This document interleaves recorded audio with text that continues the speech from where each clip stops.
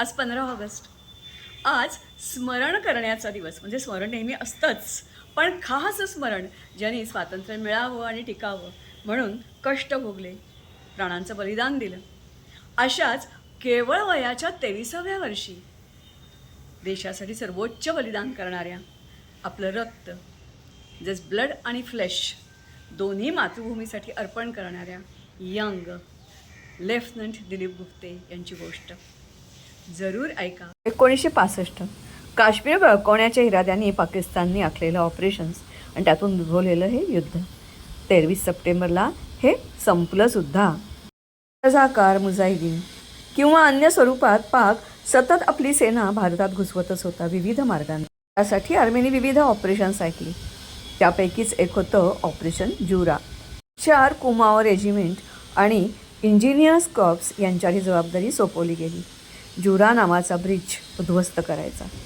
हा ब्रिज होता किशनगंगा नदीवर. ब्रिजवरून तिथवाल आणि गुरेज व्हॅली किश्तवार या ठिकाणी पाकिस्तान सहज घुसू शकत होता.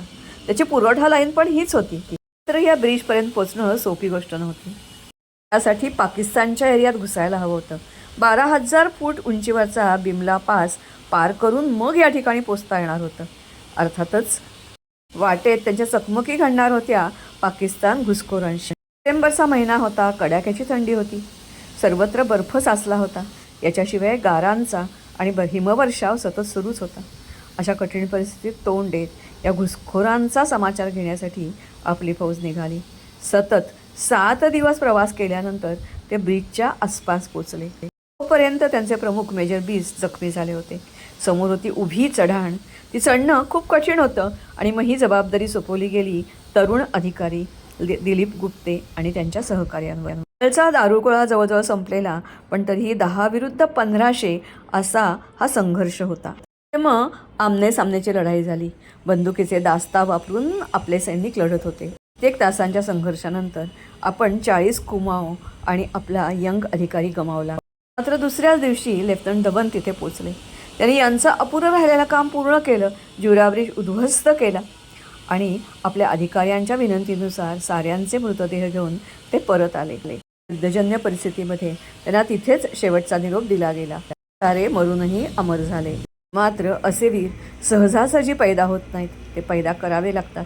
त्यासाठी लागतात आईवडिलांचे, शाळाचे, कॉलेजचे संस्कार.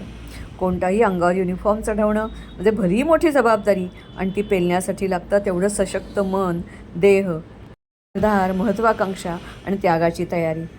गुप्ते यांच्याबरोबर होते आईवडील आणि इतर नातेवाईकांचे संस्कार. बरोबर शाळा आणि कॉलेजमधलं वातावरण, NCC, पोहणं आणि व्यायामशाळा.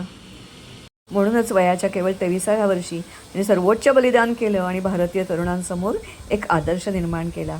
त्यावेळी संरक्षण मंत्र्यांनी पाठवलेलं पत्र आणि 50व्या स्मृतिदिनी पर्रिकरांनी उपस्थित राहणं म्हणजे अख्ख्या देशाने त्यांना सन्मान प्रदान करणं होय.